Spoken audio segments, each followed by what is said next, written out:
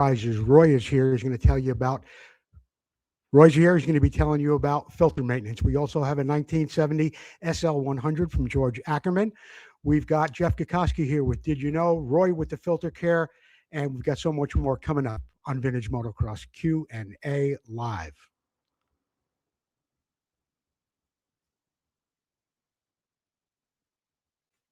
I'm Jerry Maddox. And I'm Ryder Maddox in sunny California. And you're watching Vintage Motocross Q&A, hosted by Joe Abbate.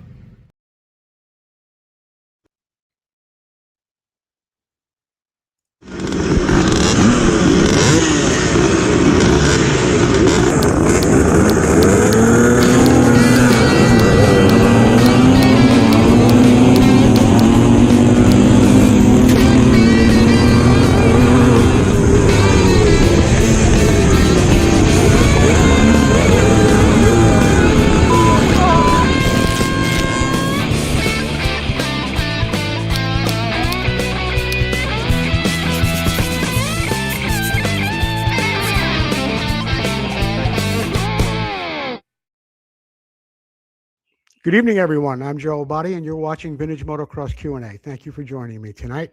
Susie is with me. Susie, you got some giveaways tonight? I do. Why don't you tell me what you got? I have a poster giveaway for viewer appreciation. Yeah.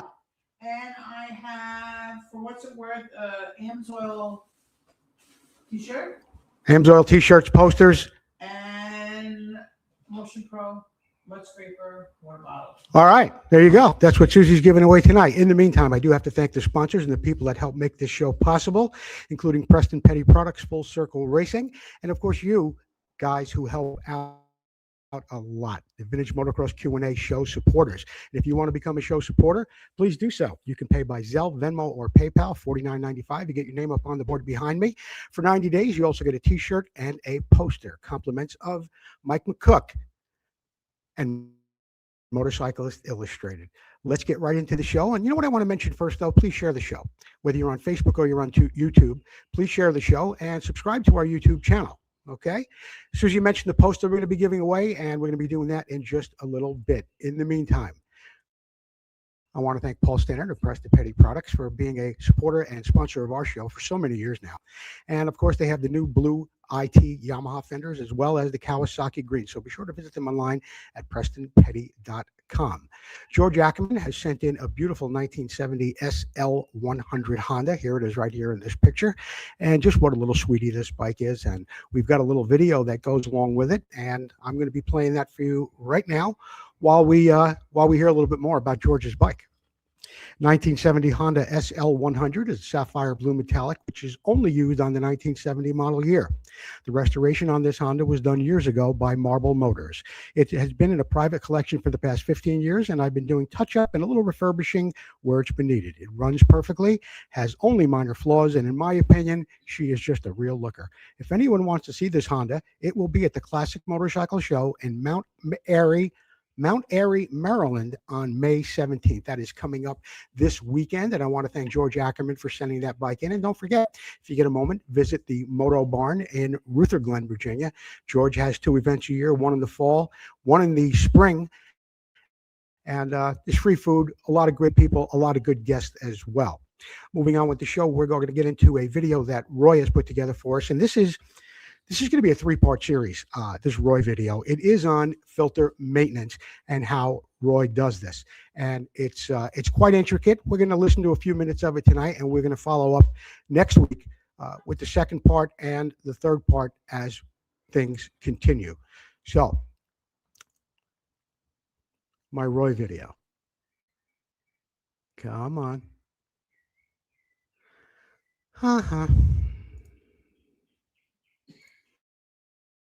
Boy, I got good sound tonight, huh? At least we got that going for us. Where's my Roy video, guys?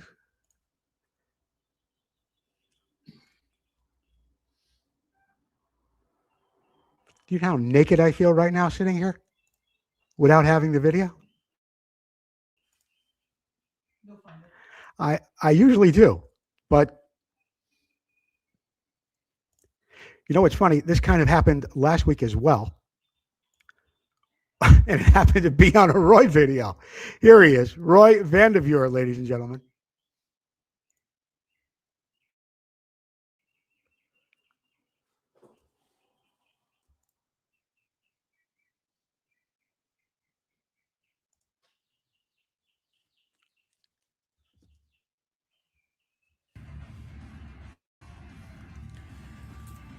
Hello, I'm Roy Vanderveer, and welcome to my two-stroke race shop. Today, I have a patient bless the perfect opportunity to take a deep dive, proper air cleaner maintenance, cleaning, oiling, and troubleshooting.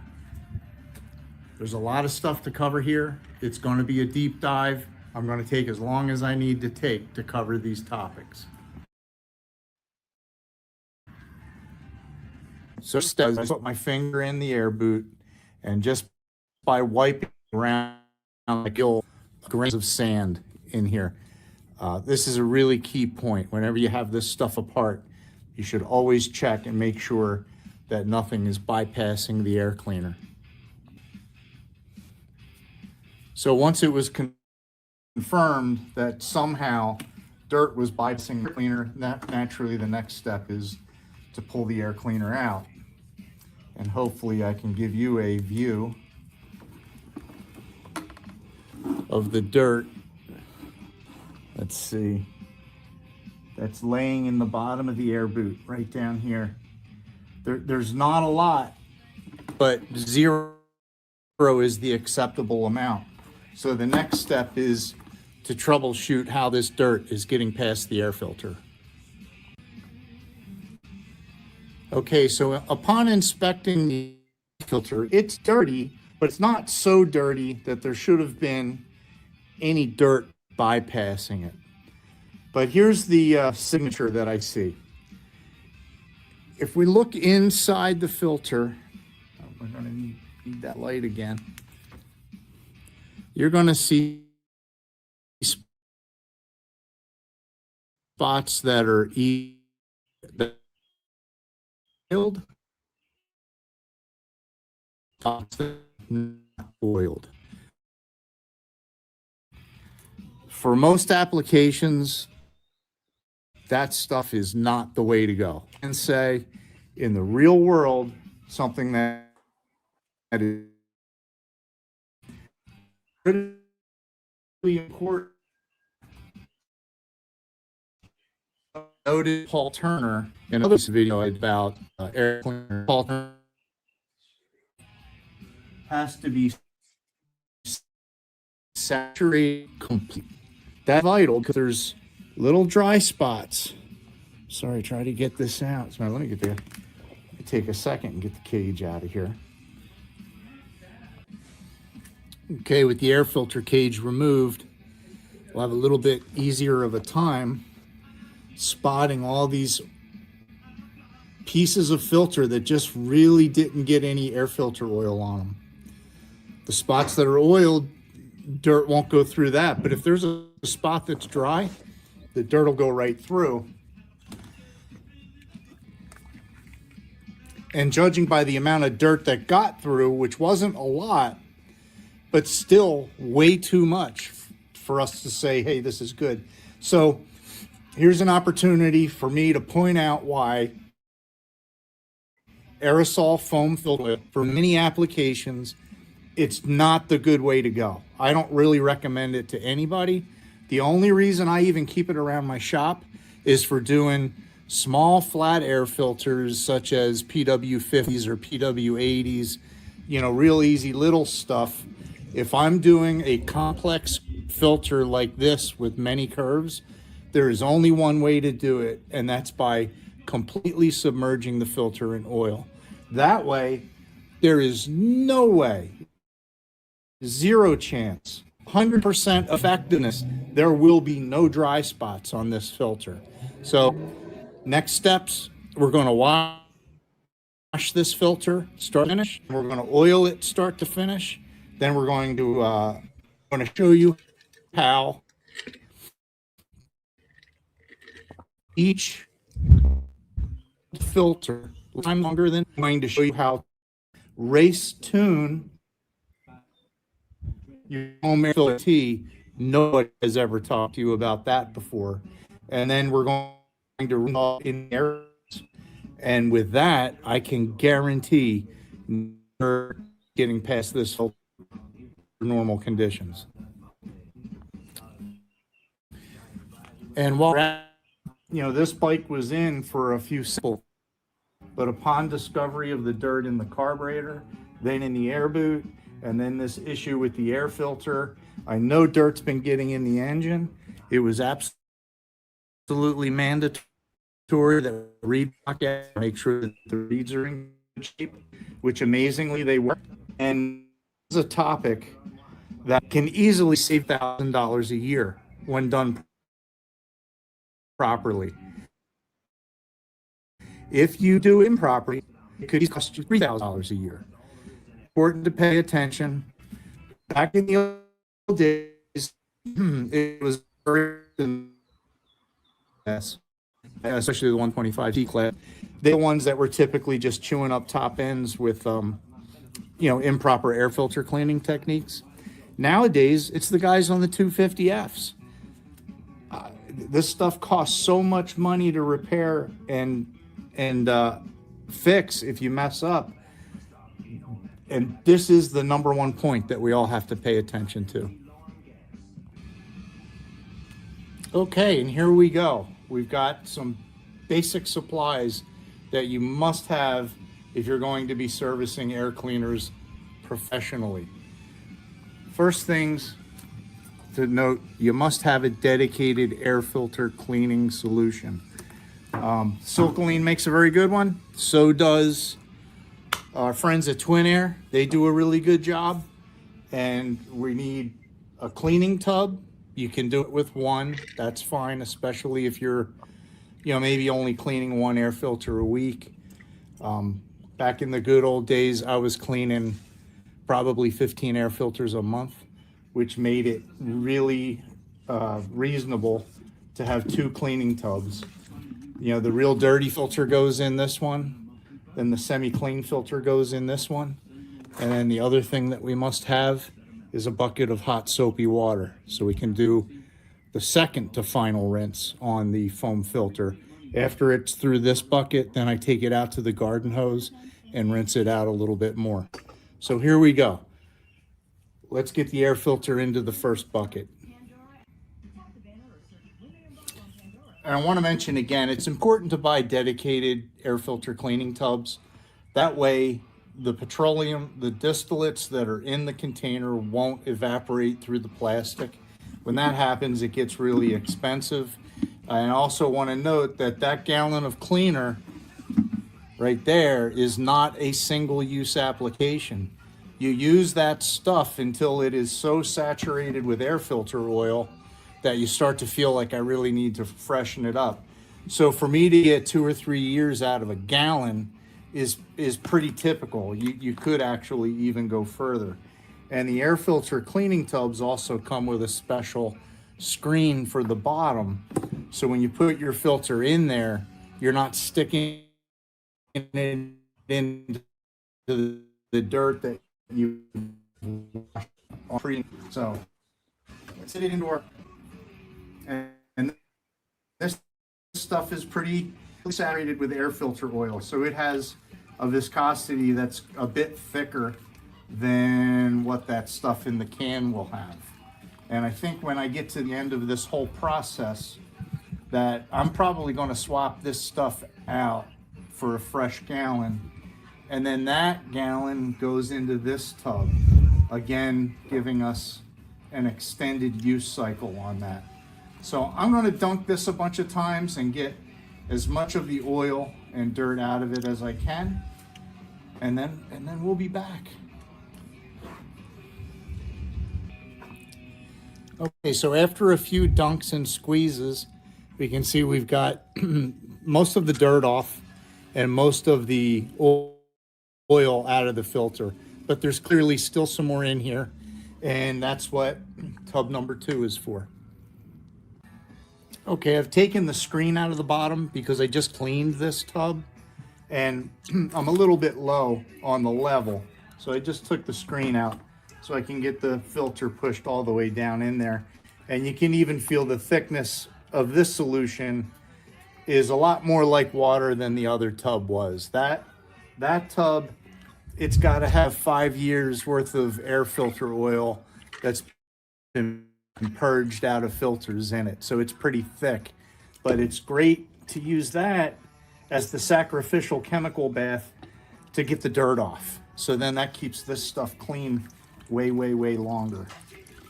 And then we squeeze it right back into the tub. All right, we are going to pick up with Roy where we left off on next week's episode. Okay, Roy asked me to break this up into 3 segments. It's almost a half hour long, so we did about 11 minutes tonight. But we got to move on with the show. I do want to thank Roy for putting that together, and we will be back with part 2. And I will be posting this in segments as we finish it. So tomorrow you'll be able to see it on Vintage Motocross Q&A on our Facebook page. But right now it is time for Here's the Problem. Here's the Problem is brought to you by Gordon McCaffer, McCaffer Vintage Bike Stands. And the problem tonight is something a lot of us have come up with over the years and we've experienced, and that's cracked engine cases or ignition covers or clutch covers. And I had a chance to sit down with Gordon McCaffer and talk more about that. We made this video yesterday, so let's get right to it. And Gordon will show you, well, what I think is an absolutely amazing repair that he made on a CR125 engine case. Gordon McCaffer, thanks for joining me again tonight. Thanks, Joel. Thanks for having me back. You know, I have your name up here, Gordon McCaffer, welding expert. You're not intimidated by that, are you? Well, I don't call myself that, Joe. But if you want to, that's okay. Well, any guy that can weld a bridge is an expert, in my opinion. But let's as they say, let's stay in our own ghetto. You sent me some pictures of a very interesting repair, and I'm sure it's something that a lot of our Elsinore enthusiasts have seen in the past. And it's a broken drain plug, just like this. So you made this repair. So why don't you let's get into a little bit about, how did you assess the damage and what did you think about fixing it at first? Well, Joe, that's an Elsinore CR125M. I think I'm going to say probably a 1974, maybe a 75. Mm-hmm. And that was sent to me by Tony Sikorsky, who restores bikes for a lot of people. And he's in downstate New York, far enough away from me that he mailed it to me. And the reason that he wanted to fix that case half is because I'm sure anybody that's familiar with CR125s, the little area where the serial number is stamped on the case on top of the case, yes, on top of the case above the counter shaft. How many of those bikes have thrown chains over the years? The majority of them that I've ever seen. And if he has one that had the original serial number on it, and he's probably going to go through a restoration on it, I say that's what whatever the cost was. And I'm not asking about cost, but we're go through to save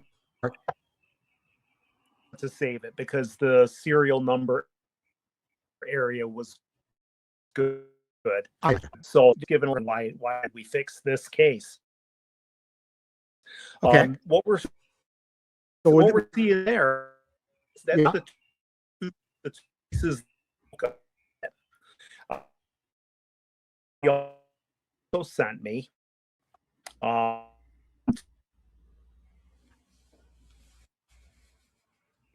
I going to do this? Yeah, because there's always several ways to go about doing something. And and because I had those pieces, my first thought was, hey, I could just weld this all back together. And of course threads would be distorted, like what they would threads. And I figured we could put a coil in it, an option. But we decided to go another way. We decided to machine it all out and kind of start fresh. This was Yes. after the repair. That was before. This is in working out. Yeah, Okay, so that's okay. that's the repair piece. On the Right. and what you're looking at, a repair piece of the inside. Okay. And the reason I took that was just to show your oil. If you see the little bottom part of that repair, so all your oil is going to drain out when you go to drain, change it. Now, you're in your next step after you decided how you were going to fix it, and obviously this is just a beautiful job. It really, really is. But you have the rough edges and you have a square piece to begin working on. So what actually happened here, and who does this? Is a great job. So I outsourced the machining of this to a gentleman named Greg Curry. Okay. He's a fellow vintage motocrosser, Mhm. Northeast guy, and he does quite a bit of machining for people. A lot of the vintage motocross crowd. Mhm. And so Craig did all the machining on this, and what he's doing there is with a mill, Mhm. cleaning up the broken area on the case.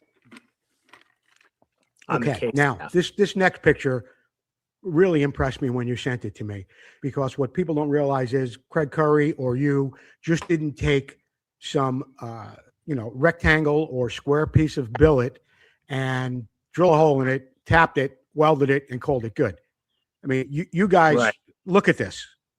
Yeah. So yeah, he made the new drain plug Mhm. area for the case out of a chunk of aluminum, and you can see there it looks like the hole's freshly tapped to the Yeah.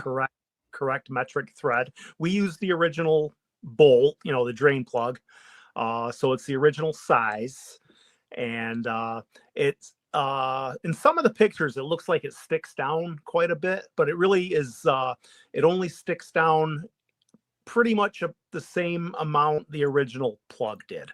Okay. Now, I also want to show everybody this beautiful machining job after Craig Curry was done. How he made it just, and of course, again, look at the piece of aluminum that originally looked. Where's my picture? Here it is, right here. I mean, this became this. Yes. That is extremely impressive. Yeah. Maybe not if you're a machinist, maybe maybe not to the average person, but to me, the way he made that look was really, really impressive. So went from this, we've got them all cleaned up. We've got a nice flat square finish on the cases. And now this is pre-welding, I would say. Yeah, that's just kind of setting it on there, seeing how it looks. Mhm. It was really close to that one hole, which was one of the center case screws. But I did check it when it was all done welding. I think I might have taken a die grinder because I had to weld it right past that screw hole. I had to weld it right past that screw hole so it wouldn't leak.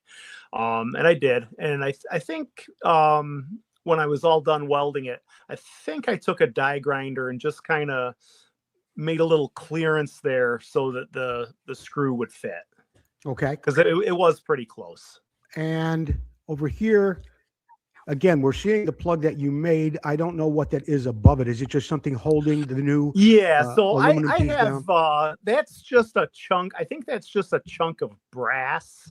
Right. It's, good heavy chunk of brass that I have several of them that I, use for just holding things in place while I'm going to tack weld it in place. That's all that is. And this is another shot we saw a little bit earlier of the inside, and you can see where there is a bevel there where the drain would, of course, positively drain. The oil would positively drain. Exactly. All right. Yeah. Moving on.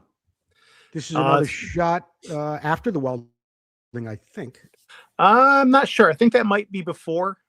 I don't really see a weld on there on that one. No, I guess not. It was tipped. Oh, because it's an L shape. I guess that that donor piece, or the new piece, it's not really a donor. That new piece is sitting in that L shape. Okay. Yep. All right. And moving on.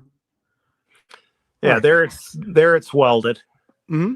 That's after welding. So that is a TIG weld, as most people could imagine, an aluminum TIG weld. Yes. Used 43 aluminum wire to do that. Gordon, without, how can I say it? I'm not going to ask a complicated question because I won't Yeah. understand everything you're saying anyway. Yep. But for those of us, we know words like TIG or certain Yeah. chromoly 6160, but none of us are.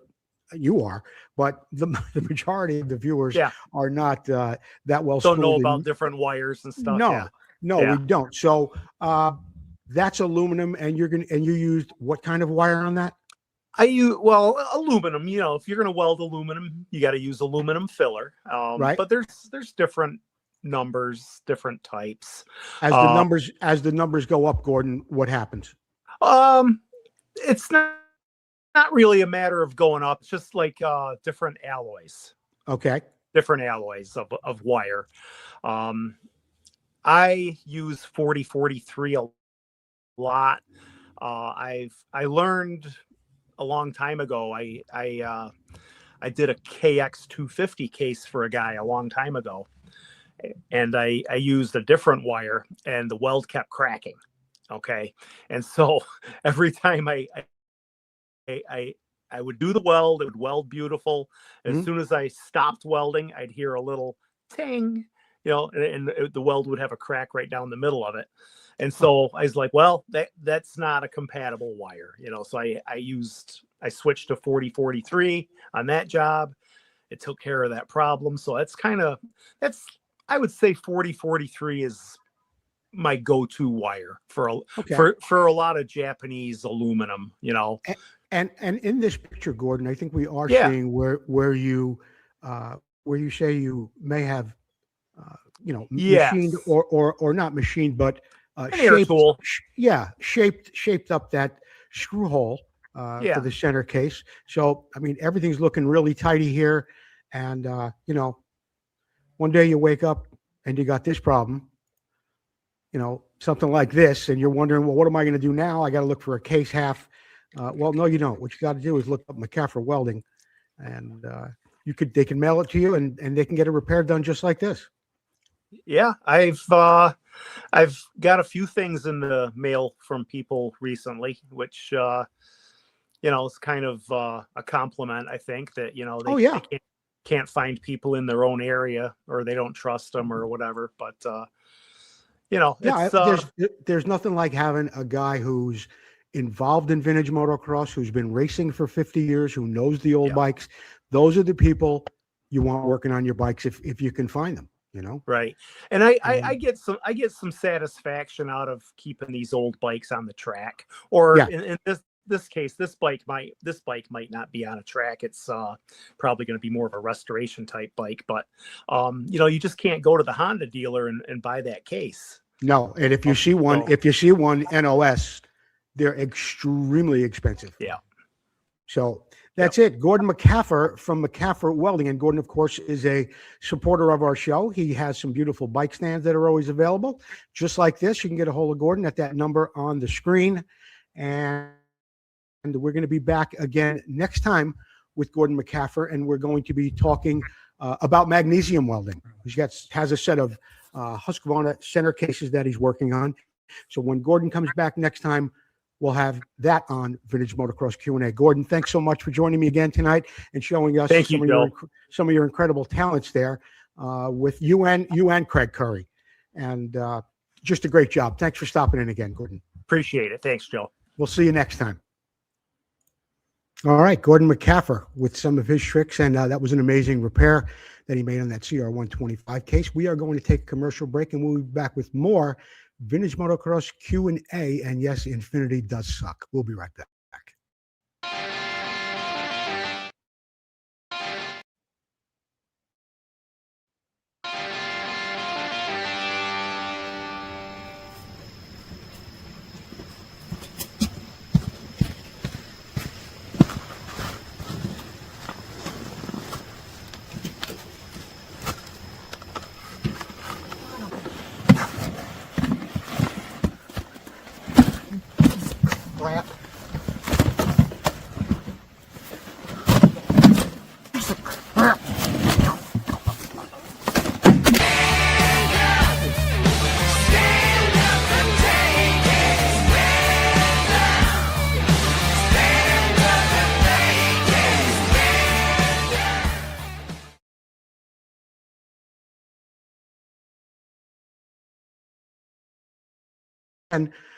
for being on our show this week. And yeah, Gordon McCaffrey, you're familiar with Gordon and his work stands and all the great things that he has built and repairs. Here's one of those stands now. In fact, there's two of them. So if you're looking for a couple of work stands for your bike, for display or for the track, get a hold of Gordon McCaffrey at 315-729-8415. In just a little bit, when Susie gives me the green light, we are going to be giving away this poster, Tony DiStefano, Jim Weinert poster. We have been giving them away during trivia contests for quite some time now, but we're going to be giving them away to a viewer appreciation prize. Okay, 18 by 24, and within another week or so we're going to be coming back with trivia again with a new batch of posters, and I think you're going to really like that. In fact, we had a video on Roy or with Roy on the Vintage Motocross Q&A page today, and he was explaining a little bit about that. So we will be back with trivia and with some new questions and some new posters. In the meantime, I want to go to the What's It Worth segment. What's It Worth segment is brought to you by Full Circle Racing. Thank you, Tom McAllister, for all you do for us here at Vintage Motocross Q&A. And tonight's bike, actually, I should say this. We're going to be giving away a prize. And I think Susie gives away, well, you have your choice. Probably a shirt, a mud scraper, or something else, whatever it might be. But you'll have your choice of what you want from Vintage Motocross Q&A. In the meantime, we're going to be taking a look at this bike. And it's a 1998 Honda CR500R. We're going to run a little video that I put together on this, and I'll read to you some of the finer points about it.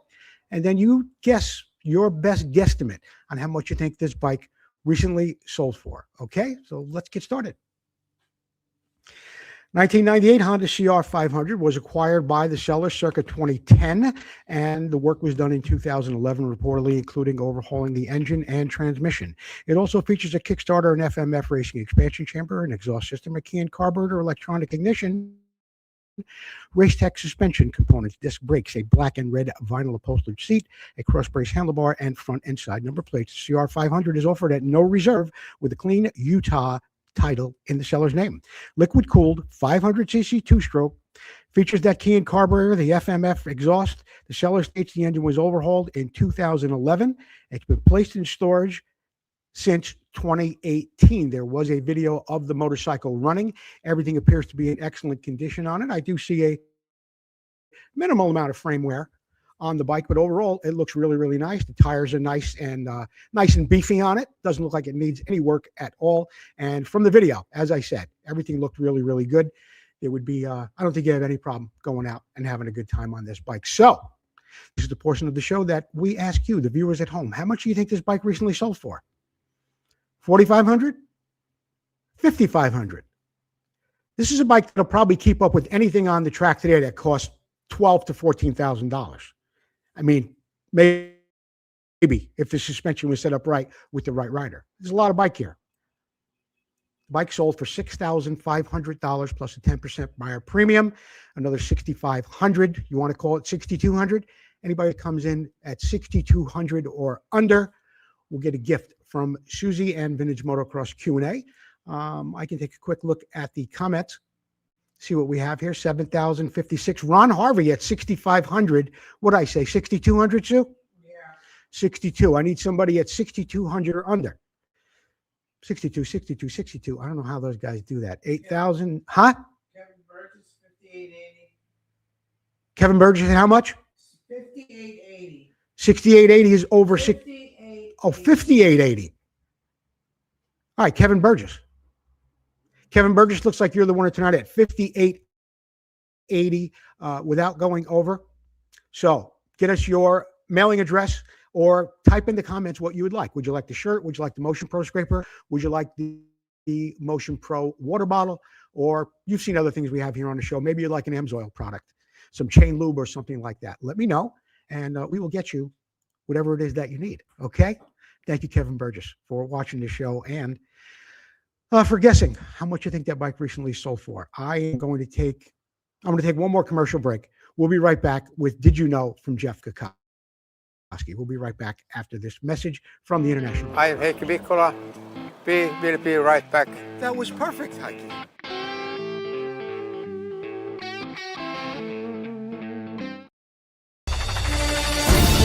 Motocross struck America, coming from Europe like a lightning bolt, striking the hearts and minds of people all across the country and the world. Battles of intense racing and cutting rivalries with loyalty to brands and heroes intensified as years of blood, sweat, and dirt flew through the minds of those memories of champions as they wrestled their machines through almost impossible tracks. But where are those past champions? And where are their bikes? Terry Good, an ex-pro motocross racer, has made it his life mission to honor these heroes and the bikes they rode to stardom.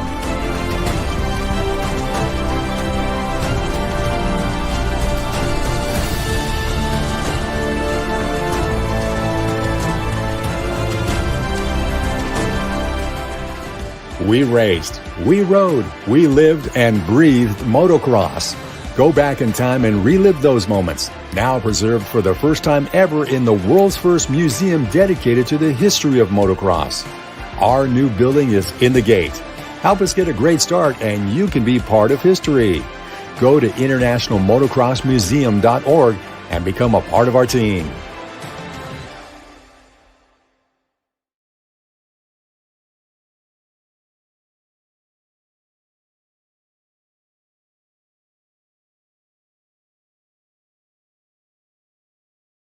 All right, be sure to check out the International Motocross Museum YouTube page. A lot of good bikes there. You'd see everything that you're ever going to see at that museum, and who knows, maybe more. International Motocross Museum. In the Did You Know segment tonight by Jeff Kokoski, we are going to take a look at Fuji-Lock nuts. Fuji-Lock U-nuts is actually what they are called, and we're going to take a look at that. And it was interesting how something actually prompted Jeff to do this segment, and I'll read it to you right now. On last week's show, Roy Vanderveer had an excellent video segment. Here he talked about sprocket bolts. And in his video, he talked about the Fuji-Lock U-nuts that utilize the mechanical locking ring to keep the nut from loosening. Many of you probably are familiar with those Fuji-Lock nuts, but like your humble correspondent, maybe didn't know how they came about. So, did you know how Fuji-Lock nuts came about? In 1962, Seimitsu, Fuji Seimitsu, which means precision in Japanese, manufacturing, development, and patented a new lock nut product, calling it the Fuji-Lock U-nut. It was an industry first all metal self-locking nut that contained an integrated friction ring to prevent loosening under high vibration. At the time, it revolutionized fastening technology by eliminating the need for extra labor-intensive safety measures like cotter pins or double nuts. The nuts were so popular, they constructed a new factory in Hiroshima by 1965 and obtained a U.S. patent by the middle of 1968. So how does the Fuji-Lock nut work anyway? The secret of the Fuji-Lock doesn't loosen is a specialized spring called a friction ring that is integrated with the top face of the nut body by crimping over an extended crown at the top of each nut.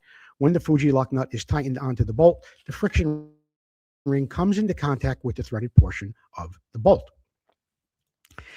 Further tightening of the nut causes the friction ring to flex and bend and press against the bolt threads. When this happens, the force of the friction ring trying to return to its natural relaxed state and the counteracting reaction force of the bolt and nut threads pulling each other creates a friction torque, locking the friction ring against the threads, which prevents the nut from backing off. To ensure proper engagement between the bolt threads and the friction ring, the installer should ensure that at least 2 full bolt threads are showing above the friction ring.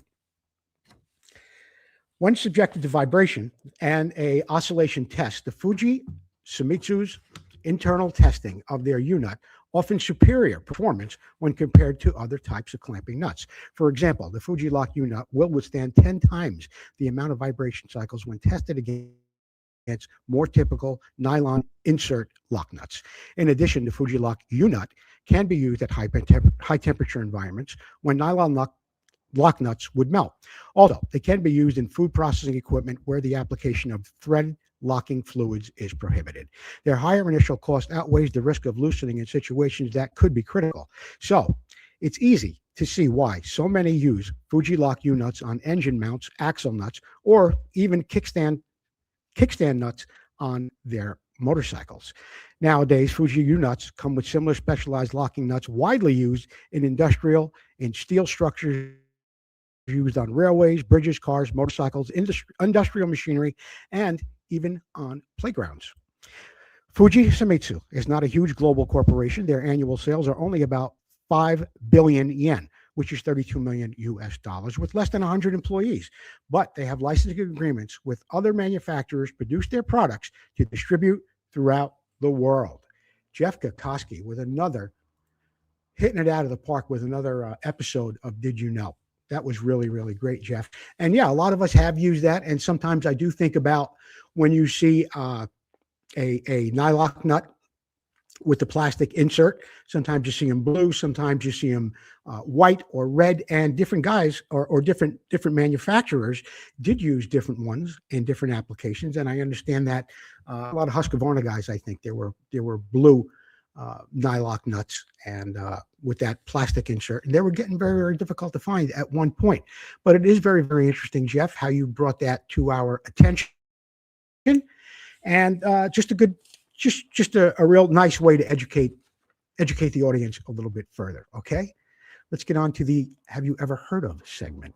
The Ever Heard Of segment is brought to you by ARMA. Be sure to visit them online at arma.org. And in tonight's episode, we take a look at an NSU. You ever heard of an NSU? Not a lot of people have, but it is a very, very interesting motorcycle, and we're going to get on with it right now. NSU Motorworks is a prominent German manufacturer from 1901 to 1973 that became world's largest motorcycle producer by 1995. Famous for high-performance four-stroke singles, reliable two-strokes, and racing machines, key models included the NSU Quickly Moped, the MX250, the Superlux, a Renmax with a production concluding in 68. They had a production peak in 55 that produced over 350,000 units, making it the largest motorcycle manufacturer in the world at that time. Racing success, NSU held multiple world records in 51, 3, 54, 55, and 1956, with Wilhelm Hertz becoming the first person to ride a motorcycle faster than 200 miles per hour. That was on a 500cc supercharged Delphin. You know who else rode an NSU? Preston Petty. There he is right there. Preston Petty rode an NSU. That was back in 1957. Production did end in 1973, but even a little bit before that. NSU went on to become involved with the German Auto Union, and it was even a part of Audi at some point. So the NSU, now you've heard of that as well, okay? What do we want to do now? Want to go right to the announcements? Oh, no. You know what I want to mention? I want to mention ARMA one more time, because ARMA is back on board and we have worked something out with ARMA. So I want to thank them and Ed Roman. And in your next issue of Vintage Views, you will see a half a page ad just like this. Maybe some of you are aware that I do fix aluminum gas tanks. I can't imagine there's anyone that watches this show that doesn't. But we will be doing that, and I would imagine every guy that watches Vintage Views has an aluminum gas tank somewhere. So we're hoping for some good things on that. Let's get on with the announcement. Oh, you want to do the poster right now, Sue? Yeah. Okay, let's see what you got. Who's the winner? Oh, it's Mark LaRue. Mark LaRue. Mark LaRue. It's funny you should mention that. Because he's an author of one of the books we are going to be talking about in the very, very near future. Okay. And it's real. Here it is right here, in fact. Mark LaRue. Yeah, well, no, this is the book. Oh. From it's about hangtowns from Prairie City and back. It's really great, and we're going to be doing something on that book. I know you did not know who Mike LaRue was, so I wouldn't want anyone to think there was any backstage chicanery going on. All right, Sue, is that it? Yeah, Mike McCook says move your mic further away. Further away from my face? Yes. How's this, Mike McCook? I hope this is better. I know we're just testing this out live on the show for the first time, so we're trying it that way. Thanks, Sue, for the message. We are now in the announcement part of the show. Classic Bultaco Motocross, a fabulous book by Jeff Conboy. It is available for $79. There are like 10 left. No, I am not kidding you. There are like 10 left, and there are some special editions as well that were autographed by Jim Pomeroy, and they come with a Jim Pomeroy picture inside. Now, this book is $79. The Pomeroy edition is $195, shipping included. get a hold of Jeff Conboy. He is on Facebook, and he is also going to be a guest on my show because I want to know all about how he did all the research and found out all this information on the Bultacos, including pictures from the factories and so much more that Jeff Conboy has put into this book. So 10 copies left, $79. Get a hold of Jeff Conboy through Facebook. And if you can't find him, get a hold of me, and I will make sure you get a hold of him. And look for a Jeff Conboy interview in the very, very near future. As I just mentioned a moment ago, we are going to have the author of this book on, Mark LaRue. He will be joining us sometime in the very, very near future. I have an interview scheduled with him coming up for this Saturday. The SoCal MX Classic, Scott Burnworth's heralded race, will still continue on. It will happen the first round at Verona. That happens on June 14th. But before that, it's the day after Pala, Sunday, May 31st. There will be a Carlsbad MX reunion. And a lot of guys come out for that. And there's a fabulous bike show. There's good food. There's nice beer there at this place at the Bruise Brothers. That is in Vista, California. If you're interested in signing up for that race, the Verona registration is now open. That's the SoCal MX Classic. Verona registration is now open. We've got another event coming up, and it's coming up quickly. May 22nd through the 24th. And that's at the Farm 14 MX. And that is in Missouri. Farm 14 is in Missouri, so you could follow them. Go to the ARMA website, and you'll see more about that. What else we got coming in? Kelly Shane sent me this today. May 31st, the Old Desmond Ranch. There's an ARMA National there, and it is a 2-day event. There is lodging nearby. There's food. There's going to be a race for every class that ARMA has, and from the looks of this, they're having a special guest named Joe Abbate. That'll be on May 30th and 31st. I will have to check back with Kelly and see when that's actually, excuse me, not that it's going to happen, but we need to make some arrangements on that, okay? Zor Motocross Park, September 25th through 27th. It's a reunion. It's a ride. And that happens at Zor Motor Park in Springville, New York. All the ARMA races are out, including the Mid-Atlantic region. Got a couple of races that they already got in the books here already. All the ones through May. Oh, we got one coming up, May 20th and May 21st. That's just about a week away. A little bit earlier in the show, we were talking about George Ackerman.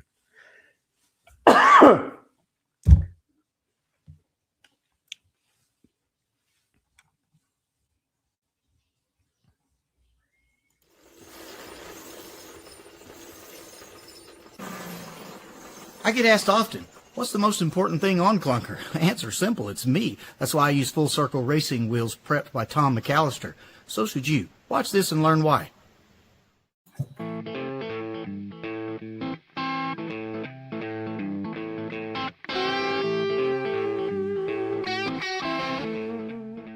When racing vintage motocross where suspension is very limited, your wheels can be the difference between winning or serious injury.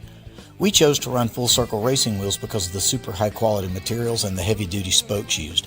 Prepped by Tom McAllister, I have the confidence on the track to push way harder through the rough stuff and the bigger jumps, knowing my wheels are going to stay under me. Hey, Clunker may be 50 years old, but his wheels are brand new, and yours should be too. Call Tom McAllister at Full Circle Racing today.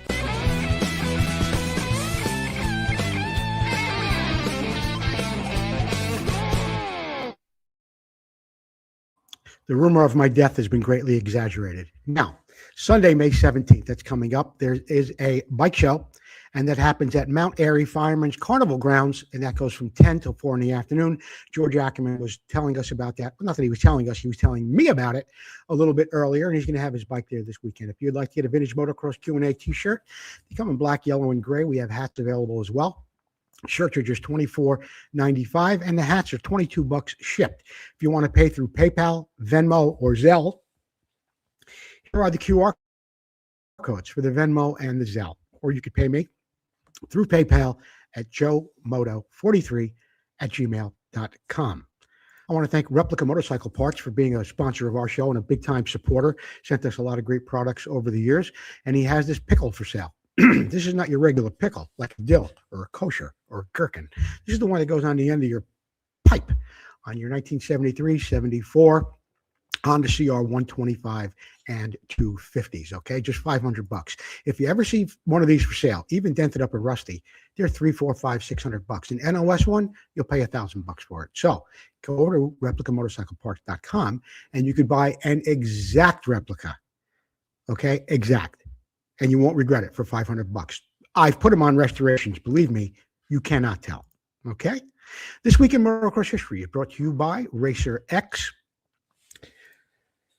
Let's get right down to that.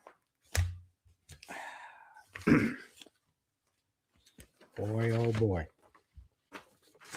Murphy's Law here tonight, isn't it?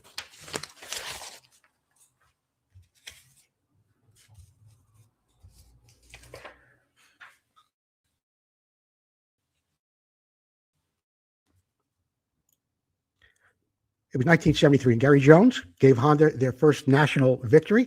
Here he is alongside Pierre Karsmakers, and this happened on this day, May 13th. Here's another picture that I had put aside. Gary and Pierre Karsmakers. I don't know who the announcer is at that time, but it was 1978 where Bob Hanna lined up next to Marty Tripes. This was at the Pontiac Superdome, and they went back and forth in a battle that had Marty Tripes actually putting Hanna off the track. Hanna had to do a donut around in the middle of the track.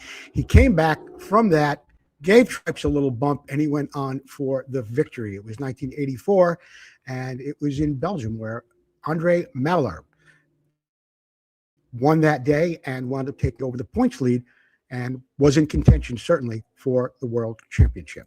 And that's what happened in MX history today. I also want to thank Sunrise Vapor Blasting. I really don't mention them too much anymore, but Mark Faster is a great guy, does help us out a lot with some vapor blasting here on the show. And we're going to have a video coming up probably next week featuring Mark Farriester and Sunrise Vapor Blasting. Okay?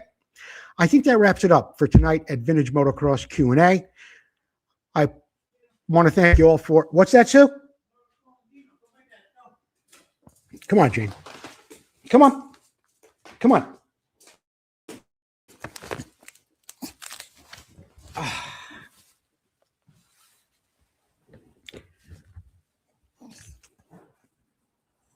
Now I know why WC Fields never work with dogs and children. That wraps it up for Vintage Motocross Q&A. We will see you next time. Thank you for watching tonight.